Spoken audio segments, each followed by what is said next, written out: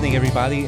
My name is Gerry Scharfenberger, for those of you who may not know. I'm the mayor of Middletown, and with me is the administrator, Tony Mercantante. And what we're here to do, and this is actually the third one of these type of events that we're doing. And what we like to do at these events is try and speak about development. Development, you know, understandably, is one of the hot button topics pretty much across the state. Don't think this is all limited to Middletown. When you see a construction site, you know, something going on, this is all over the state. Anybody been to Tinton Falls lately? Every time you come up to a light, you see a housing development going up. So this is something that a lot of towns are facing, development. How to manage it, you know, we don't want to see every blade of grass eliminated in this town. And, you know, I think it's really good for us to walk through exactly what the process is, you know, how we go about doing this, the planning process, the zoning process, and, you know, what it takes, what our limitations are, but also what we can do about it and what we are doing about it. And there's a couple of things to keep in mind. There's redevelopment projects. How many people have been to Lavotti's or Bed Bath & Beyond and TJ Maxx, which is a beautiful example of repurposing an existing property already. And I think, you know, I'll speak for the rest of the Township Committee, that's something that we really want to get behind, is to rehab existing properties whenever possible and take the pressure off of what's known as greenfields development, which is clear-cutting woods and putting something up. Now, Middletown is in a sort of a unique position because we're about at what they call 91, probably 92%, maybe even a little bit more, build out. And there's some towns, even neighboring towns, that are at almost 100% build out, which means that there's really no property left to develop. The only options you have are redevelopment projects. So we are in that unenviable position of having to do everything we can to preserve what we have here while following the law, which allows people to develop their property within certain guidelines set down by the master plan and by zoning. We can't comment, and this is something that we're legally bound by, on a particular project that's before the planning board now. And because we can, you know, we can get sued over that. So we have to be very careful. We can speak in generalities and things like that, but I just want to make that clear that we have to be very careful what we say about a particular thing that's before one of the boards in town. So with that, I'm going to turn it over to Tony Mercantante now, and we can get the presentation started. Thank you. It's just important to note that, you know, Middletown's fortunate. We kind of have a lot of expertise in this area. You know, Gerry does this professionally in his career outside of being the mayor of Middletown. You know, I do, and I have in my past, and we have a professional planning staff in-house, which a lot of towns don't have. So we take this very, very seriously, and so I think we know what we're doing. So this is the basic overall theme, is how do we deal with growth and development and keep it under control? And what's the process? And that's what we're here to, is trying to explain what the process is. Because there's a lot of, you know, I personally don't do Facebook, but I know a lot of people who do, my wife being one of them. And I read about all these posts on Facebook about various things, and there's really just not a lot of understanding about the realities of the rules and the laws that apply in New Jersey. And so it's the goal kind of is to get everyone to understand what the basic rules are that we're all playing by. So again, this is an obvious one. This is one I hear online in the grocery store most often, is, you know, you hear two people talking about, oh my God, how could they have allowed that thing to happen? Like, and the common ones for me are banks. Oh my God, do we really need another bank? And oh my God, do we really need another drugstore, right? I mean, I hear that all the time. And we'll talk a little bit about the limitations on those things. Basically, in New Jersey, under the law, and frankly in most states, you can't say, well, we have enough banks, so we're going to prohibit banks from now on, or drugstores, or anything like that. You really just can't do that legally. It's just considered kind of arbitrary. And generally, the feeling is the market should dictate how many banks and how many drugstores and how many gas stations and all those sorts of things that you have. So again, that's kind of an overall limitation. We can't decide on a finite number of a particular use. So this is all based in what's known in New Jersey as the Municipal Land Use Law. And you can see it was initially adopted in 1975, so it's been around a long time. Before that, it was a little bit more like the Wild West, even more so than it is now, than it seems like now. But it's a very lengthy, fairly complex set of rules, regulations, laws that dictate how all towns have to operate. So literally every single town, without really any exceptions, in New Jersey follows the same basic rules. And these rules establish how planning boards are set up, how zoning boards are set up, how zoning ordinances are set up, how master plans are established and set up, what they consist of. The process for processing an application, the time frames within which you have to deal with and process a land use application are all pretty well spelled out in the law. So again, all municipalities, all towns in New Jersey follow the same rules. And that's from cities like Newark and Jersey City that are very big urban areas to the most rural parts of the state. The same basic rules apply. So, as I mentioned, the first item is the Municipal Land Use Law. That's the guiding document that we all work under. The Municipal Land Use Law requires all towns to adopt a master plan. And Middletown's master plan is very comprehensive. There are what are known as mandatory and optional elements of the master plan. Our master plan contains all of the mandatory and optional ones. And it kind of is a blueprint for what's the current conditions in a community and how do you envision the future.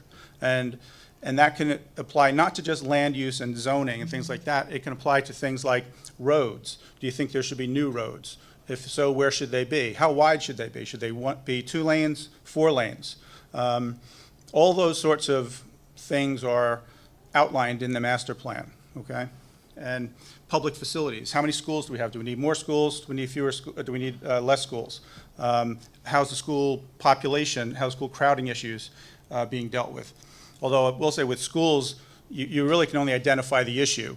The towns don't really have much ability to do much about the problems that schools have. They are bound to do that themselves under their own set of laws.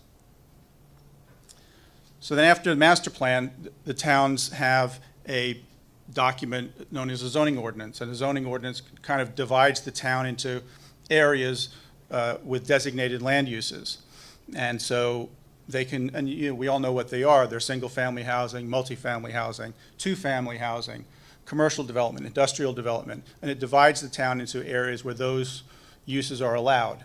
And within those zones, there are always uses that don't fit because you really can't gerrymander the lines too much. There are always going to be some uses in those zones that wouldn't be there if they had asked after there was zoning, but they were there before there was zoning, and so they're allowed to continue to be there. One of the requirements is that the zoning ordinance has to be consistent with the master plan, okay? So you can't have a master plan that says this area of the town should be residential and a zoning ordinance that says this area of the township is industrial. You generally can't do that. There are some limited exceptions where you can do that, but you have to have very specific reasons why you're doing something that's not consistent with the master plan. It also outlines the zoning ordinance and the law, both the municipal land use law and then a body of what is called case law, kind of define how planning boards and zoning boards have to make decisions, the process they have to go through to make decisions.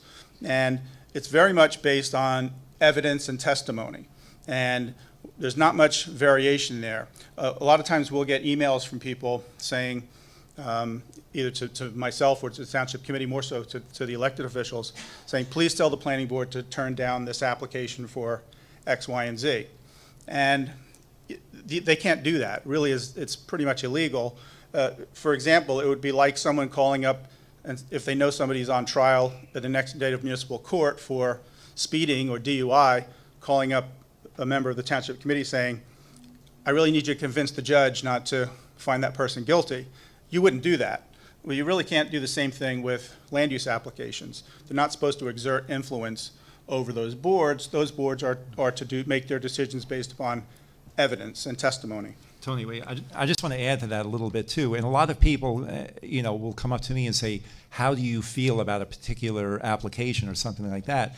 Now, if I went to the papers, newspapers or radio, whatever it may be, and said, I'm against X development. Well, if the planning board turns that development down, the applicant could sue because of what I said, and then I prejudice the proceedings because we appoint the planning board members. So I could be dying inside to give my opinion and say, this is the way I feel about this, but I'm very careful not to do that, and I have a good poker face when it comes to that. So we have to be very careful about weighing in on that type of thing, be it planning or zoning. And one more thing about zoning too, you can zone pretty much anything you want. But that property owner, just for argument's sake, if you had 10 acres and you said, okay, we're going to zone that one house to 10 acres, now that property owner could take you to court saying that you've now devalued his property because it's so impossible for him to make any money or get any value out of it. So he can take you to court, and the judge would probably agree with him and probably let him build much more and much worse than if you had some sort of sensible zoning. So you have to be very careful about what you designate because it's not your word that's final. It could go to court and it has to be defensible. So the next few slides are just going to be some various properties in town that have been the subject of development that, some people have been for, some people have been against, but ultimately something had to get approved for a property. This is the village of Chapel Hill, which is on Route 35. Near Crestview Drive. This was a commercially zoned property. There was a commercial application for it. It was very controversial. There was lawsuits over it. Ultimately, that project didn't happen. It wound up being included in the township's affordable housing plan because the developer proposed to build something or threatened to possibly sue over that, and it wound up being a residential development since commercial development didn't work there. This is the newest, one of the newest developments. I'm sure you've seen it traveling up and down Middletown Lincroft Road. This is the Four Ponds site. Those of you may remember it was an office building. There was a big 300,000 square foot former Bell or Avaya building on that site. And those of you who've been around long enough remember it was a golf course at one time called Tomahawk and had a small golf course with a driving range. But now it's going to be a development. This was another one. There was a lengthy litigation over this site. There was a settlement of the litigation which reduced the number of units significantly. But again, it's another property developed that everyone would have preferred to see undeveloped, or remain undeveloped, but that's really not always an option. And the other one, of course, is Bamm Hollow Estates. We all remember Bamm Hollow as a country club. That's now a single-family housing development. The town had been, again, threatened, and we ended up being before the Council on Affordable Housing, which is an agency we'll get to a little bit later. But there was a litigation where they're proposing to build 1,200 units on the property. We opposed that. We had a lot of battles with the developer, with the landowner at the time, and through state agencies, and ultimately came to a settlement for 190 single-family houses. Now, it sounds like a lot of houses, but it was a 240-acre property, so it's a big site, and there's a lot of open space that's been preserved within that development, so it's really pretty low density, although the houses are very big, they are, but they're all selling. They're selling for $1 million plus, and they can't build them fast enough, so I don't know who's buying those houses, but not me. And just a little bit of an addendum there. They put them on the market for about $700,000 or $800,000, and they were selling so quickly they took them off the market and raised the price. So and the average age is an astounding 35 years old of the folks who are buying that. So there's some millennials out there, whatever they're doing it really well. So this is one we get frequently. Why are they building a new shopping center when we have vacant stores? Why are they building new office buildings when we have vacant office buildings? Particularly in recent years, there's been more of an issue with retail than office because really no one's building much in the terms of office space, although we've had a little bit happening in Middletown. But retail, we all know Pathmark sat there empty for 7 years, became an eyesore, and we've seen other commercial properties be vacant. Right now, the old Bed Bath & Beyond site is vacant because they moved to the new site. So it'll, you know, maybe vacant for some time. In Homedale, you can see the A&P in the Homedale Commons has been empty for a long time now. Supposedly, Hobby Lobby or somebody like that is moving in there, but we'll see. But it's a difficult one. But again, the towns are not allowed to use that as a criteria to say, well, we're not going to approve a retail application here because we have empty retail a half a mile down the road. While it makes common sense, maybe, the law doesn't really allow you to do that. Okay, the law doesn't allow you to essentially withhold an approval from a landowner who has been paying his taxes and on the property for however many years, and say, well, sorry, landowner, you can't build there because we have empty stores down the road. Until those are filled up, you have to wait. Again, sort of sounds like common sense, but in the real world, if you were that landowner and you were being held up from, you know, getting an economic return from your property, you probably wouldn't be all that in favor of that concept. So this was the empty Pathmark site, and this is the new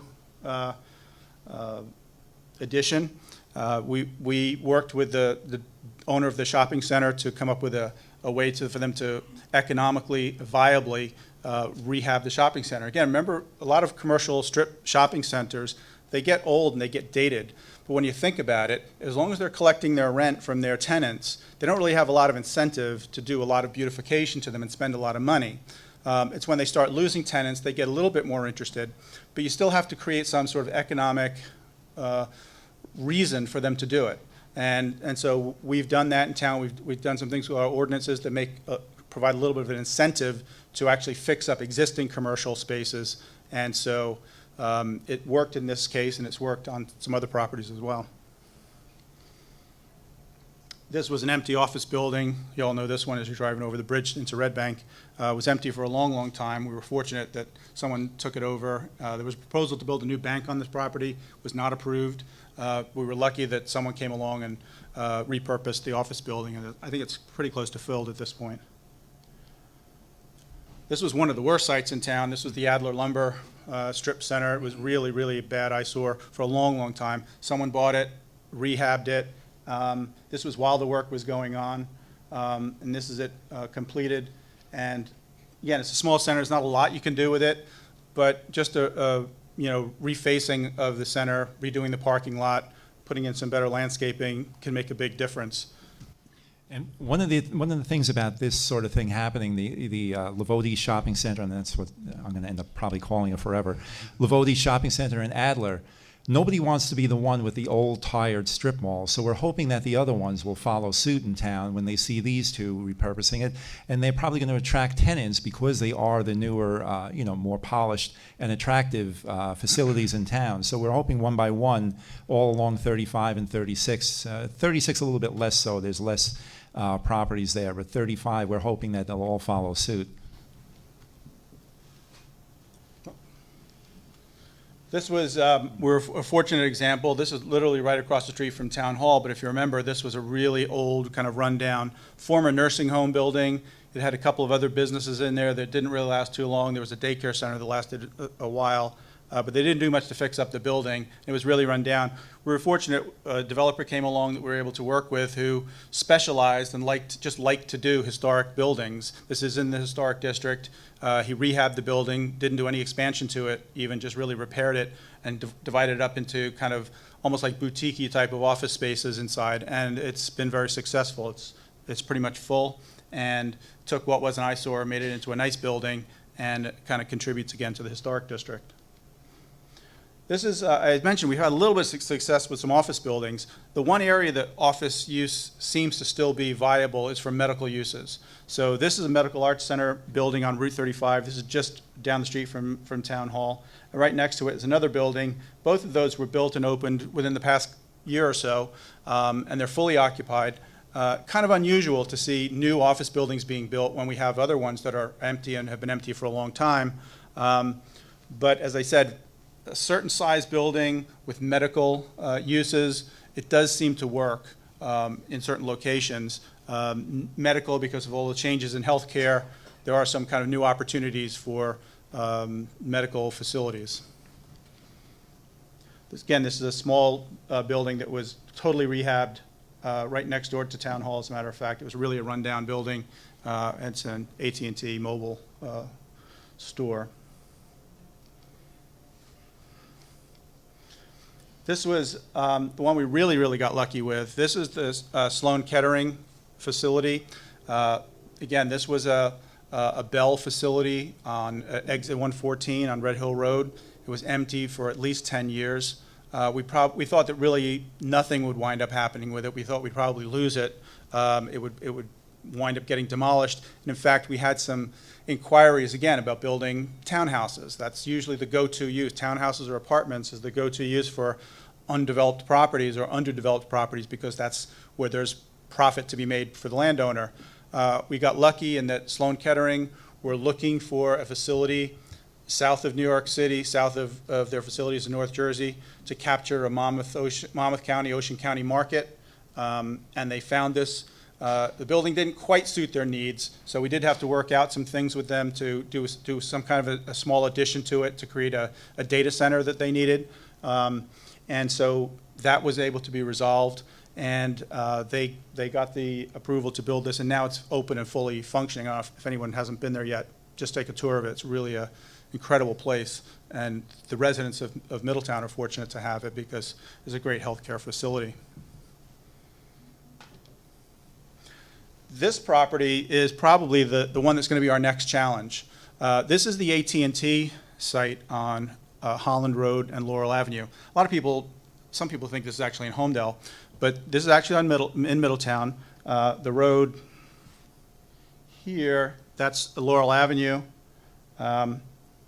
This is the railroad, North Jersey coastline, and this is Holland Road here.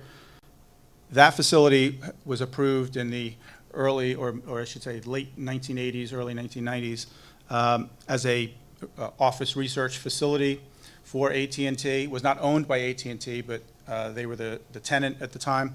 It's 1.8 million square feet. This building here is about 880,000 square feet. These four buildings total 1 million square feet, and these are 3 6-story parking structures, all on the site now.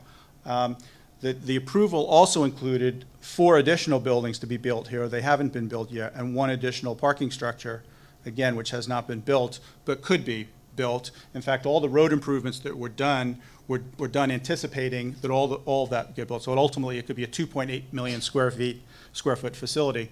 But again, as you've been following trends, AT&T doesn't even fully occupy this facility now. They probably occupy 50, 60% of it. There's a lot of unused space in there, because again, there's not really a market for mega office complexes anymore, and there may never be in the future.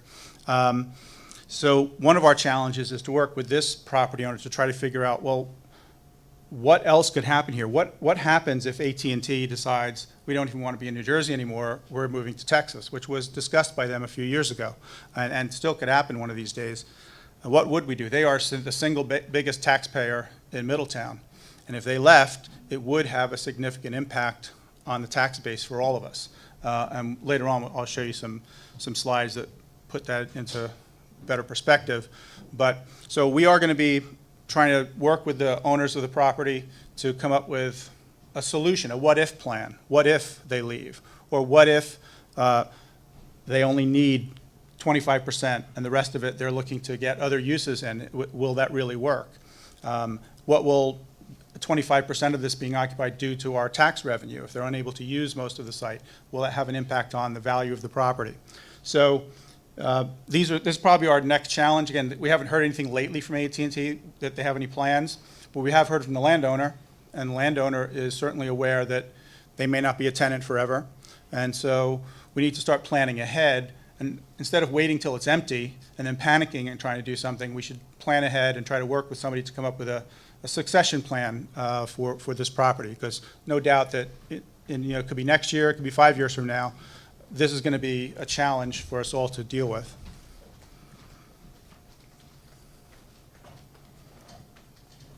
So one of the ways towns can deal with development is through a process known as redevelopment, which is it sounds like it's just an obvious term, but it actually, in New Jersey, it's actually a legal term. And in New Jersey, we have a body of law called the Redevelopment and Housing Law that sets forth a different process than the normal land development, land review process. It gives the towns a little bit more input and involvement in the ultimate development of a property. And it's starting to get used more and more. It's historically been used as an urban development tool. So, and the most famous example is Jersey City. Jersey City is the king of redevelopment in New Jersey. Most of that, if you've been to Jersey City in the last 20 years, it's a transformed place. And most of that's happened through using the redevelopment law to work with landowners and developers to come up with something that kind of everyone buys into. When I say everyone, of course, not everyone buys into it, but it's kind of a consensus building process. But it's starting to become more and more of a tool to be used in suburban communities. There's no reason it can't be used in suburban areas. So when you have struggling areas like strip highway commercial development that's marginal, that's a lot of empty spaces, it's a way to intelligently and thoughtfully go about the development process rather than just reacting to an application that comes in that then you really have very little control about.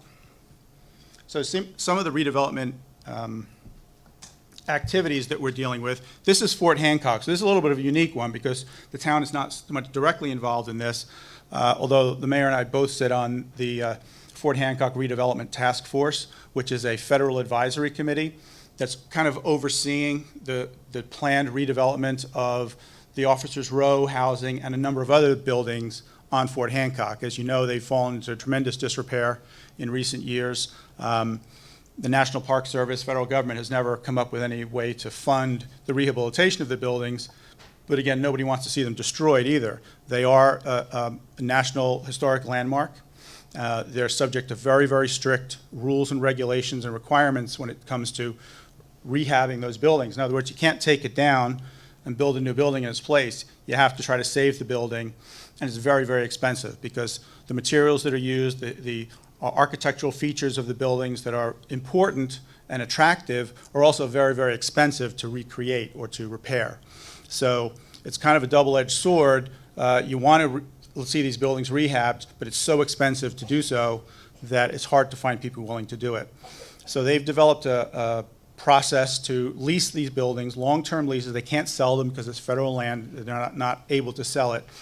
But to lease the buildings to various uses. They could be residential uses, commercial, they could be nonprofits, small office uses, bed and breakfasts have been discussed, restaurants have been discussed. So they're just starting on that process now. They have one building completed. It's a duplex that was created as a summer rental home. It was very successful. It was rented. Since it's been completed, it's been rented almost consistently. In fact, one tenant stayed for more than a year in one of the units because he happened to be in the area for a short time, for about a year making a movie. So it worked for him. Not cheap, but worked for him. But it's a great summer rental if you want to spend some time at Sandy Hook. But it's going to be a challenge. This is not going to be finished next year or in 2 years or in 5 years. It's probably going to be 10 plus years before you really see a noticeable change out at Fort Hancock. But redevelopment is the goal here, not tearing down and building new. Fixing what's there and reusing what's there is the goal. This is just the citation I was talking about before, the New Jersey Local Redevelopment and Housing Law, if anyone's curious enough to look it up. So again, one of the advantages of it is that it works where you don't have a lot of vacant land, where you have, intermittent pieces of land that are undeveloped or poorly developed, or eyesores that are run-down buildings that no one's got the financial incentive to repair. This process lends itself to targeting those sorts of properties. Because again, dilapidated properties, are negative for everyone in the vicinity, not just the property.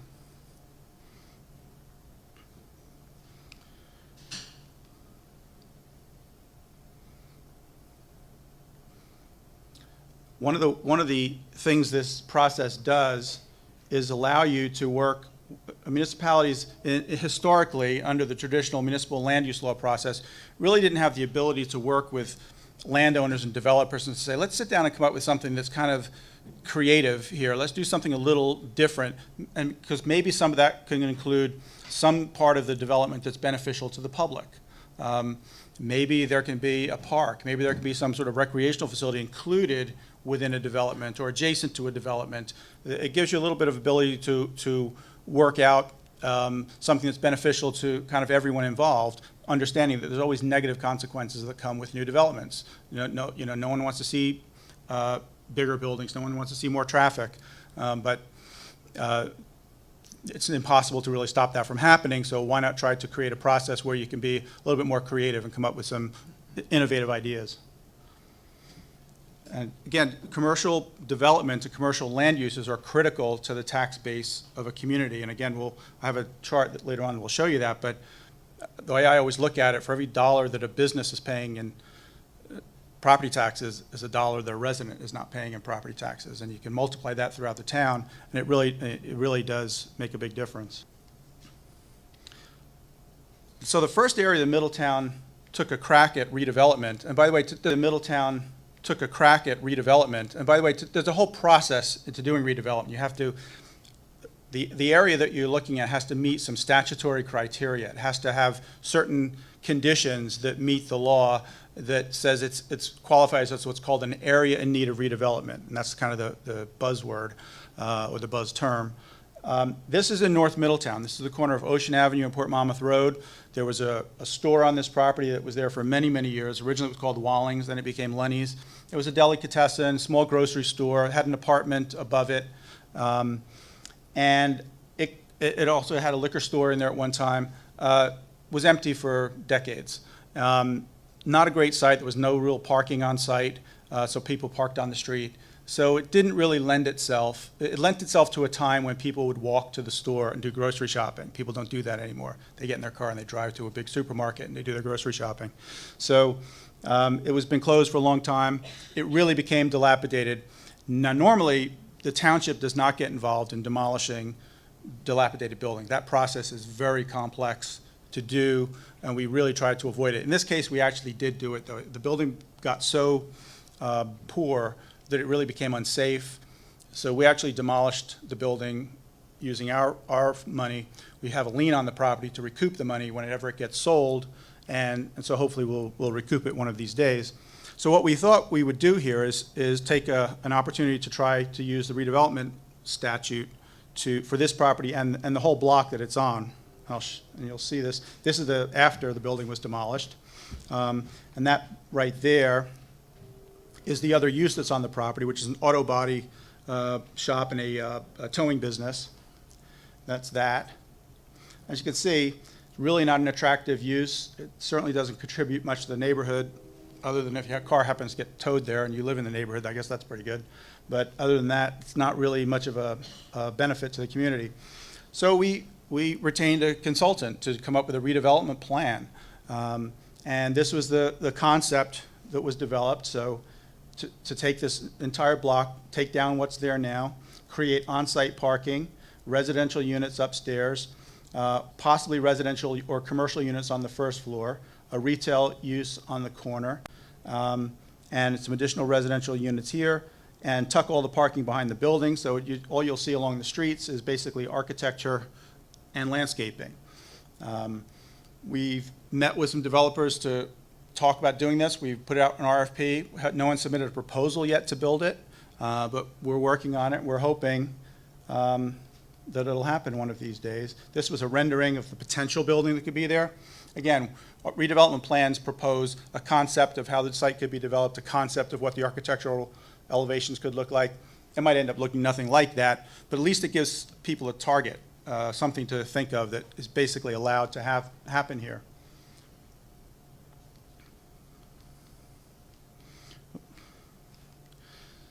So the next area is the Belford Seaport area.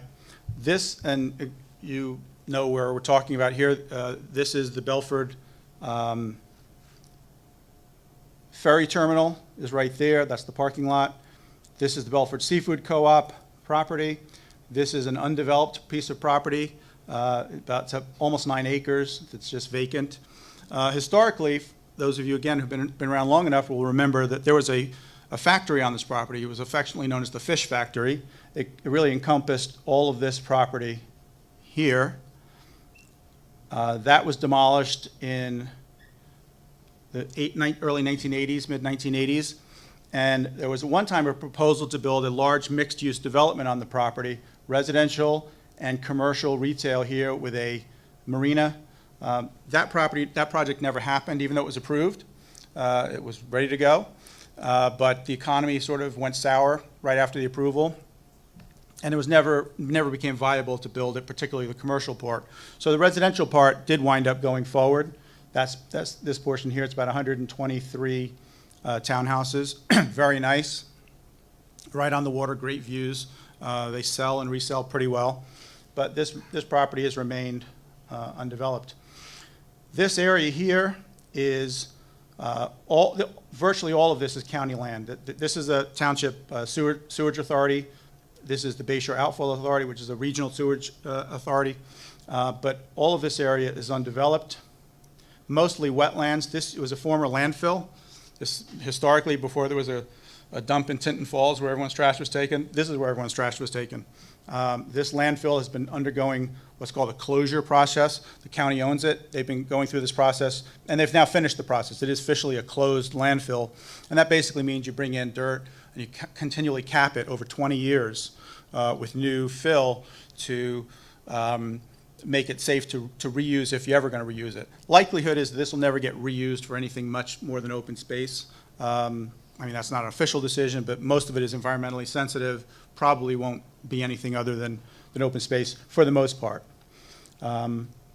This is mostly wetlands. This comes almost all out, well, it sort of comes out to Route 36. It actually stops at the Henry Hudson Trail, which runs right along there, just adjacent to Highway 36.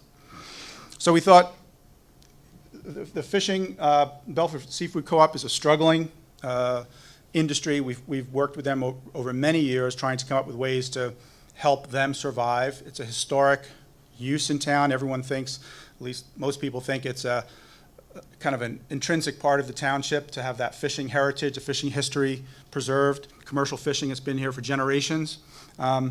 Drawback is they're running out of generations. The fishermen are getting older. Most of them, their children aren't quite as into the idea of being a commercial fisherman. It's not an easy life. It's not an easy business. Besides the fact that it's substantially more regulated than it ever was, it's just plain hard work. And we don't see people looking to enthusiastically at that as a career opportunity. So it's starting to become, I don't want to say a dying industry, but that day may be coming to where they're not able to make the living that they've made just by fishing alone. So we're trying to come up with other ways for them to generate revenue from their properties. So there's just some aspects of this is the Belford Seafood Co-op property. This building is, we affectionately call it the net house. It used to be where they would take the fishing nets in those buildings and do repairs to them. There were gigantic spools in there of fishing net, and they would roll them up and then unroll them and repair the nets. It's not really used for anything now. As you can see, it's really in bad shape, although I'll tell you, if you go inside the building, it's really in great shape. The construction is tremendous, like nothing you'd see today, and it would be a great place to rehab and turn it into a restaurant or something really nice overlooking the water. But again, not easy to do. This is another view of the property. If anyone remembers, there used to be a restaurant here called the Pirates Cove. It was in there, and they used to have a really beautiful deck that sat here overlooking the water, and you could eat outside most of the time. Sandy took care of that. That deck wound up half a mile away after Sandy, and they just didn't really have the means to recreate it. That's kind of also where the deck used to sit. Now this is right across the channel. This is the Belford ferry terminal. So those, I'm sure you've all taken the ferry at least a couple of times. This is a ferry that runs Monday through Friday and to Lower Manhattan and to Midtown. Very, very heavily used. In fact, if you go there now, all of their parking is taken up. They've now started parking in lots they're really not supposed to be parking in, and up and down Main Street, which is the main road getting in and out of the ferry area, lined with cars now. Something we have to address with the county because it's becoming a bit of a problem, but there's just such tremendous demand for ferry use, particularly with trains being not so popular these days. This is the channel, the main channel. And these are all commercial fishing boats. These guys go out, almost every day to make a living. And most of these families are very local. They live in Belford, Leonardo, Port Monmouth, Atlantic Highlands. They tend to be very, very local. And again, most of these have boats have been handed down through multiple generations. This is the beach. This is just east of the ferry terminal, kind of a popular fishing area, and you can see the pier at Earl Naval Weapons Station projecting out into the bay. This is the portion of the property that I mentioned to you where it was adjacent to the former landfill, and you see that pipe there. The county has started using this property wisely, in my viewpoint, as an area to take dredge materials when areas of the channel begin to silt up and it gets too shallow. They dredge it and pump the material into this area, and it's designed specifically for the purpose of taking dredge material, and it can take dredge material from other areas as well if the county approves it. So here's the redevelopment plan. We took a look at the whole area. It's about 400 acres altogether. Again, most of it will probably remain green and open space, and nothing will ever really happen with it. But this is the existing conditions that you'd see out there.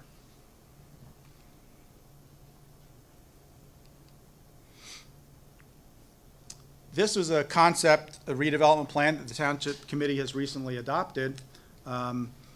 This went through a kind of a lengthy process. We met multiple times with the property owners involved. We met with the residents of the area. We invited basically anyone from the public who wanted to come. We had a number of meetings, which we call charrettes, which is basically just a meeting to kind of sit down and put your head together and play with pencils and papers and come up with some ideas about what might make sense. And we came to sort of a consensus around this sort of a concept of, again, a mixed-use development, which would include a 4-level parking deck. But you wouldn't really see the parking deck because it would be surrounded by other buildings, residential, mixed-use, commercial, retail, maybe open market area here, an amphitheater here for entertainment and performances. This is the ferry terminal. There was talk about expanding the ferry terminal, making it a little bit bigger building. And it's kind of a symbiotic opportunity because, again, the ferry only runs Monday through Friday. So in times when the ferry is busy, the parking is available. In times when the ferry is not that busy, there'd be parking available for the other uses. This is pretty much all on county land. So the question is, well, how does that help the co-op? And how does it help the area in general? Well, one of the concepts is it's hard to come up with a plan specifically to how to use the co-op property, and even this property adjacent to it, until you have a developer interested in doing the whole thing. So what we're going to be hopefully doing and working with the county in the future is to try to identify somebody interested in developing this, but say to them, included in getting to do this, you have to do something that's what the co-op members want, that makes them happy, that helps them economically, improves the viability of their long-term survival, and come up with a proposed use here that we all think is reasonable. One of the tricky things about this property, and those of you who don't know the fishermen, they're pretty smart guys. Years ago, when this property was all sold, they were able to work out an arrangement with the former owner, who was a man named J. Howard Smith, who owned the fish factory, and they got him to agree to put a deed restriction on this property that there could be no residential development adjacent to them. Why? Well, they don't want people complaining about the noise, the smell, the late hours that they're operating. So they were smart enough to create a buffer for themselves so that they wouldn't have neighbors immediately adjacent complaining about their operation. So the trick is going to be coming up with a use for this property that's not residential, but still viable economically. One of the things that this also does is, you can see this, the real challenge for this whole area has been you can't get from one side of the creek to the other without driving about a mile around. Because there used to be a bridge here that's no longer here, will never be back, most likely will never be back. And so it's not very convenient to go from here to here. So even for these residents who live in the townhouses, if they want to take the ferry, they've got to get in their car and drive a mile when it's, just really about 1,000 feet away. So that's going to be one of the design challenges that we'll have to deal with. This is sort of a very conceptual idea of the area. I told you could be an amphitheater, pavilion type of performance stage that, again, would be overlooking the water. This would create a turnaround at the end of the, if you go down, you can kind of turn around there now, but it's not really an official turnaround. You just make U-turns there. This is another public gathering area adjacent to the creek overlooking the fishing operation. This is the area across the creek. This is what I was talking about. This is the co-op area. This is the adjacent area. We have to come up with a use for that. Maybe it will be ultimately residential one of these days, but the fishermen would have to agree to release this deed restriction, restricting it against residential development. And why would they do that? Well, they would only do that if they're extremely happy with what's happening here. So they hold a lot of cards here, as they should.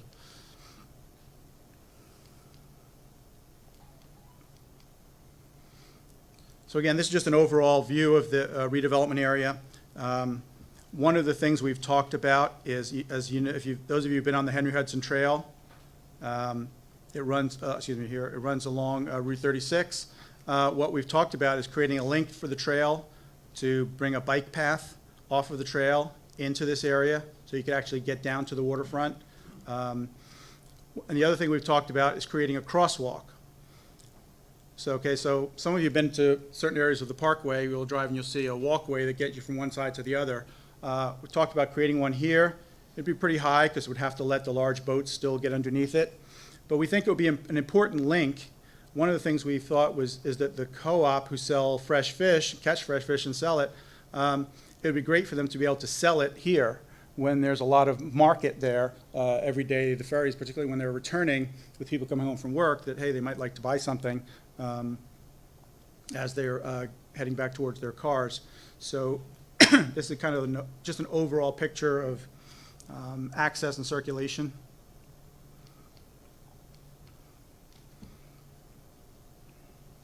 It's a closer look at the pedestrian overpass right here.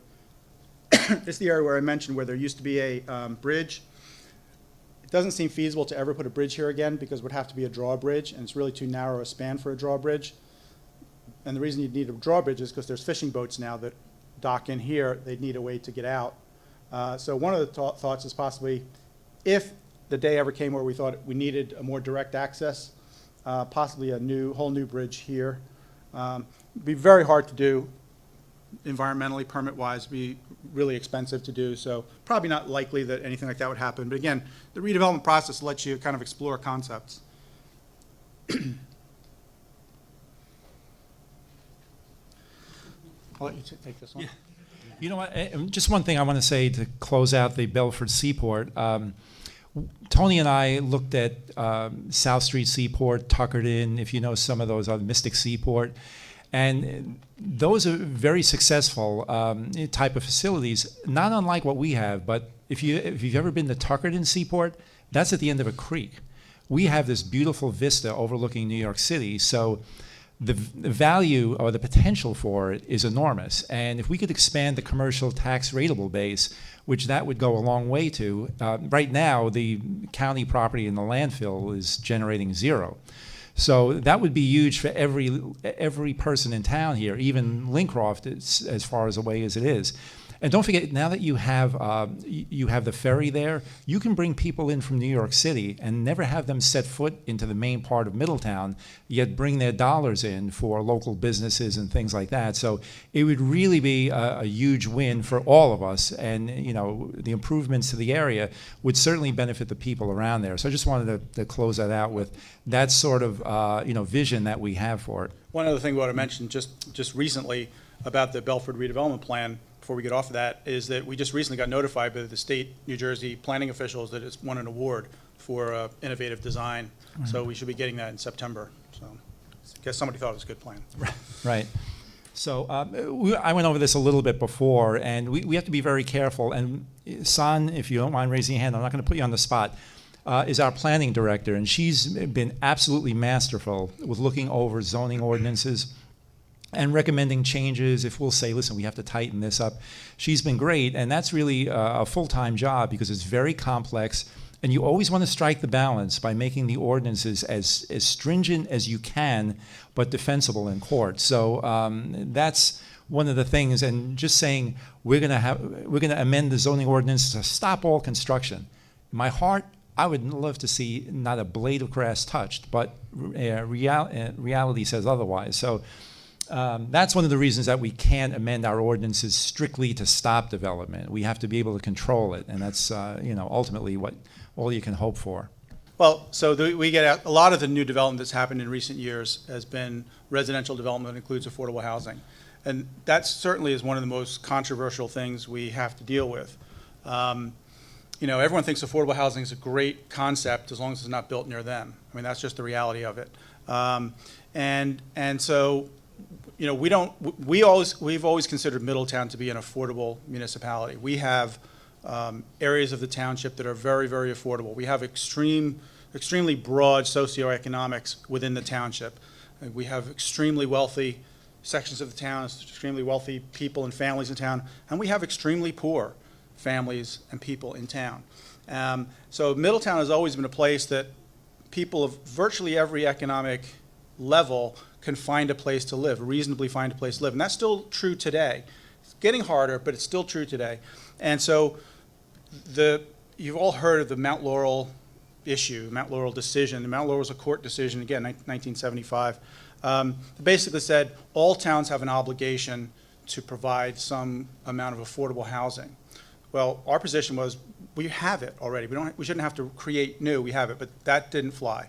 It had to be housing going forward. In fact, nothing that existed prior to 1980 could even count towards your obligation, if you will, to build affordable housing. So you had to create new housing going forward. So Middletown did that, and a lot of most other towns in New Jersey did that. Some didn't, and there are consequences for not playing by the rules. And one of the things Middletown has pretty much been consistent about through all the years has been we play by the rules, we play by the law.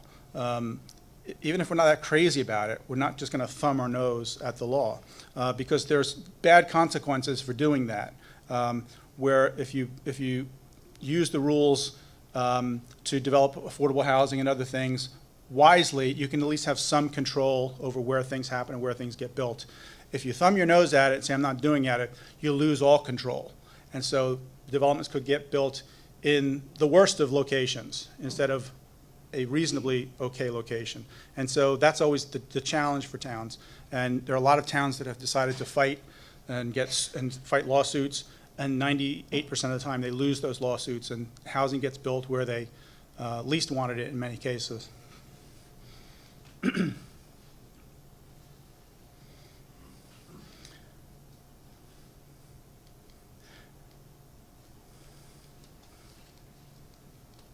So just to show you, Middletown has done a lot in the area of affordable housing. This is a list of all the affordable housing projects that Middletown has approved, probably since about 1989, 1990, 91, kind of in that time frame, early 90s. All of these developments have been built, and all of them, almost all of them, were painful. They were painful, a painful process. People didn't want them near where they lived. It was a different type of land use, although it really wasn't in all cases. But people think affordable housing will detract from their property values, their land values, which, by the way, there's virtually no evidence of that happening. But it's still a fear. People don't like big change. They don't like seeing big things happen in their neighborhoods that are different than what they're used to. So it's a real challenge. And we had filled up the courtroom in Town Hall, which is our planning board meeting room. We filled it to standing room only many, many times going through this process, and it's not easy. But I will say most of these developments have been built. They're very well occupied, and usually they're what are called inclusionary developments. Not all of them, but most of them. So inclusionary developments means it's a development of a mix of market rate and affordable units, okay? So total number of units, these are the market rate, these are the affordable units, and this is the percentage. And you can see how they vary. There's been a couple of developments, particular senior housing developments, which are 100% affordable. This is the most recent one, just opened really about a month ago and started letting tenants back in. This is a former development that got destroyed in Sandy. They rebuilt a new senior housing development there. So these are proposed projects that have either been approved. This one's been approved. This one is currently before the planning board. This one is under construction and actually about 99% complete. This one is still vacant, hasn't been started. These are properties that are zoned for potentially affordable housing uses with some affordable housing, and they have not, no one's applied to do anything there. And again, one of the interesting things about the way that process works is what the law requires is that the town create the possibility for affordable housing. So we have to zone areas and zone properties. Well, in some cases, they don't ever get developed, and we don't really have an obligation to have them developed. We just have an obligation to create a realistic opportunity for them to be developed. So that's what we do. Now, in most cases, they do get developed because there's certainly an economic benefit to someone, a landowner, to sell their property to a developer who's going to build what would be a larger housing development than they would have otherwise been able to build on the property. But again, they don't all get built. So we've built, and this is our position with the state, has always been, we've now built hundreds of affordable housing units, many hundreds of housing units in total in recent years. And the thing we're hearing now is, well, you're going to have to build more. You're going to have to create more opportunities. You're going to have to build more going on into the future. We play by the rules, but if we don't like the rules, we'll argue about that till the end, and we will. We're still, there's a whole court process that's going on right now. There's no end to it in sight right now. But so we're in the process of arguing about, well, if there's more, how many more? We say it's 0, they say it's 800, 900. So we're in that sort of argument right now. This is one of the more unique ones. We've done this a couple places where the market rate units are for sale. They're townhouses, condos, but the affordable units are rentals. We've done that on a couple of projects. Most of the time that's not the case, but this is mostly a for sale project, but the affordables are rental. When you the way towns deal with housing obligations, again, we could hold another whole session on this and go on for hours, but yes, the way they set up the rules is you get a bonus for creating rental housing. You get a 2-for-1 credit. So if your obligation is to build 100 units, if you build 50 rental units, you've met your obligation. So that's an oversimplification of it, but that's kind of how it works. And they have rules like that now they've created new things for special needs housing. If you create housing for people with disabilities, if you create housing even now for veterans is the newest thing you can do. You can get 2-for-1 credit for that. So it lowers the overall impact of an affordable housing obligation if you do rentals. Now, flip side to that, of course, is people are less happy with rental development near them. People think it's more transient. People think it's more of a detraction to their land values than for sale housing is. Again, I don't think that's necessarily accurate, but that's a perception for people. This is a chart that shows the towns close by Middletown, Keansburg, Hazlet, Homedale, Atlantic Highlands, and Red Bank, and looked at populations. And while you certainly see from most of the municipalities, from the 60s to the 70s to the 80s, there's a fair amount of growth in most cases. But since 1980, it's really slowed down a lot, and particularly in Middletown since 1990, it's really slowed down. In fact, Middletown's population has gone down. Keansburg's population has gone down. Hazlitt's has gone down. Homedale's has gone up significantly. Atlantic Highlands, down. Red Bank, down, although now it's starting to come back up. It was down, it was up, down, up. And the reason for showing that is that there's a sense that there's a tremendous amount of growth happening around here. And the reality is there really isn't. If you look at the population of this region that we just talked about, from 1990 to 2010, through all these communities, about a 2,000 increase in population. Now, if you asked anybody, how many more people live around here compared to 1990, people would go 10,000 people more, 20,000 people more. They'd come up with some number because that's the perception. Why? Because there's a lot more cars on the road, and that's a true fact. But there aren't more people here. Our population growth has really been pretty stagnant in recent years. So this just graphically shows how population has gone since 1960. So you can see it's really pretty leveled out. So you can see all those housing units that were built in Middletown over the past 20 years, let's just say, have really resulted in a reduced population. And there's factors that explain that, but it's not what you would guess. You would guess if you're going to build 1,000 housing units, there have to be more people living here. Well, it's not necessarily true. And just to follow up on the 2017 numbers, if you look at the school population, it's dropped significantly from 1980 down now. You would think our schools are bursting at the seams, but they're not. And those numbers we get every year. So you see the population has, okay, there you go. Yeah, so that's the other one. In fact, I mentioned my wife goes on Facebook. She was on Facebook last night. She said somebody posted something about pretty soon we're going to need a high school east and west too. I don't know if anybody else saw that, but I thought that was pretty funny. Because nothing really could be further from the truth. School enrollments, and this only goes back to 2006, but I can tell you in 1980, in the mid-70s, 1980, our school population was 13,000. It's dropped significantly in recent years, and now it's the lowest it's pretty much ever been in recent memory. So our school population isn't growing. Now, I will say that schools have different rules that they have to live by now than they did back in the 70s and 80s, and they have to dedicate more space to specific programs. There are certainly more special needs programs in the schools than there were 20, 25, 30 years ago. There are certainly more specialized programs that schools have to offer with limitations on numbers of pupils per teacher. So there are some things that have happened to the schools that have changed the game, changed the rules of the game for them a little bit as to how they divvy up space. So that certainly is a challenge. And also, our population, while it's been kind of stagnant and trending downwards, if anything, it doesn't mean it's that way in the entire township geographically. Remember, we have a very big town. So there may be in areas of the town that are growing while other areas are shrinking.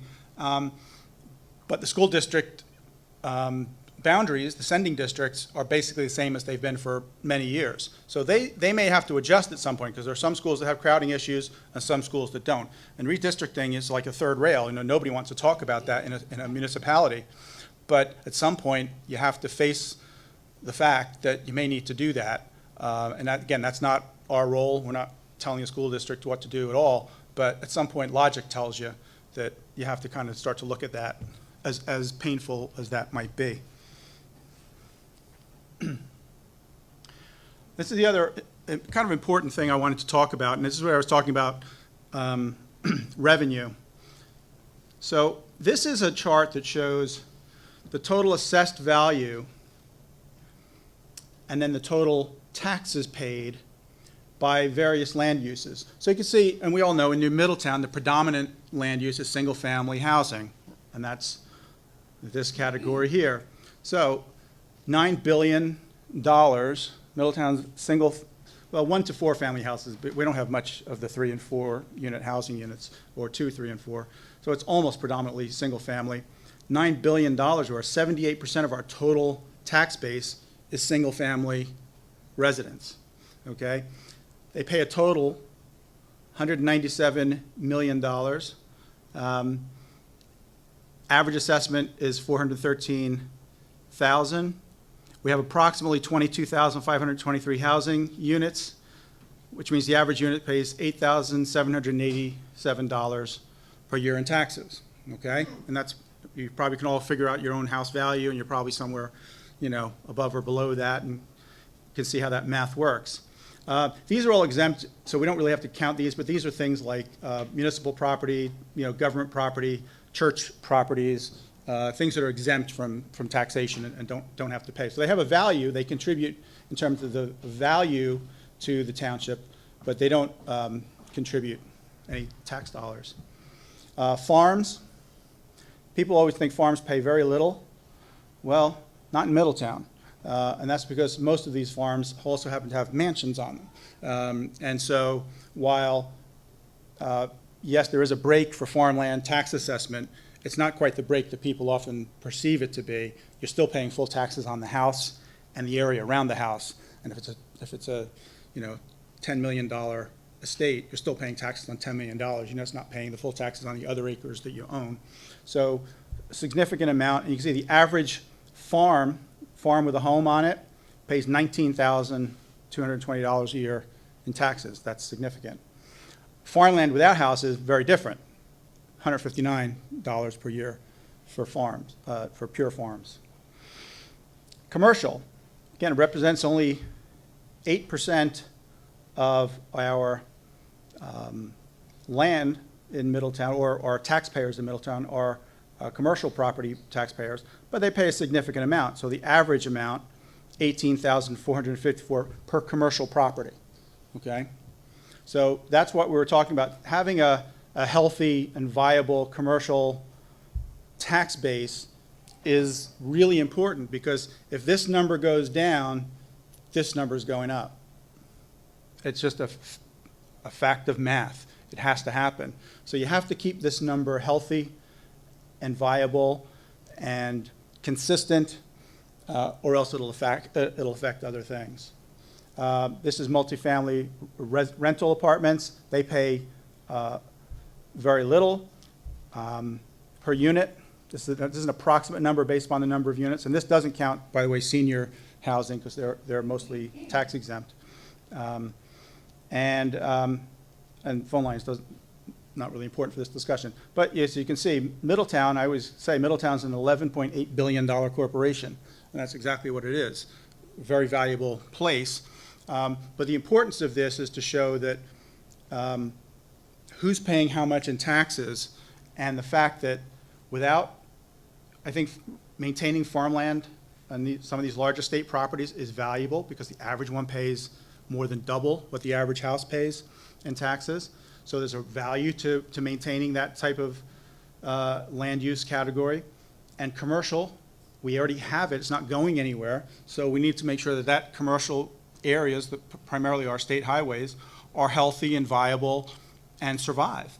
And again, retail is not what retail was 10 years ago. It's not what it was 20 years ago. Things are going to have to change in the retail world. We're all buying more online. We're all relying less on going to the store. But we all still go to the store. So stores are going to start to adapt and modify. And we have to be partners with them in doing that, so that they can remain viable and we can continue to get the economic benefit. We always talk about economic development. That term gets used a lot. But the term economic development really means stabilizing your non-residential tax base in order to lessen the burden on the residential tax base. That's really what it's all about. So our zoning ordinances, our rules or regulations are full of requirements that deal with limiting the size of development. We limit the amount of floor area for commercial developments. We limit residential density where we can. We have provisions that provide for setting aside of open space. Sometimes that open space is land we want to own and maybe use. Oftentimes it's not. It becomes part of like a homeowners association, but it's restricted against further development. We have dozens of developments around town that are surrounded by and have within them big chunks of open space. That land will never ever get built on. It'll stay wooded and open forever because it's been deed restricted, and that's part of their approval process is, yes, you can build this many houses, but all this land here, you have to leave it alone. It has to stay that way forever and ever. We've got a lot of that in town. The town also in recent, the last 20 years has done quite a bit of purchase of open space. We've worked with the State Green Acres Program to buy land. We've bought land, preserved it. Most of it is just open space and not really used for much of anything. Some of it is park land that's used for recreation. But the key is, how do you participate as residents and that is when development applications are proposed or when the town's looking at doing master plans, and we may be looking at doing some work with our master plan in the next year or two, become involved and participate. But when you go to planning board meetings or go to zoning board meetings, you have to go there realizing that they have to base their decision on facts and evidence and rules and the law. So you have to go there with a mindset to present evidence that's valid evidence, the things they can use. If 20 people stand up and say, we just don't want this, and we're residents and we're taxpayers and this is what we say, that doesn't work. I mean, it might emotionally mean a lot to the board members, but in real life, they can't base a decision on that. In fact, there are court cases that if they think a board made a decision because a bunch of people just got up and said that, they overturn the denial because they were just overly influenced by people. They didn't use a proper rationale to make the decision. So they have to use rules. And the most common one is more traffic. The law basically in New Jersey is if someone's proposing something that creates more traffic than is there now, that's not a reason to say no. And again, sometimes when you say that to people, they say, that doesn't make any sense, that sounds kind of dumb. Well, it's not really dumb.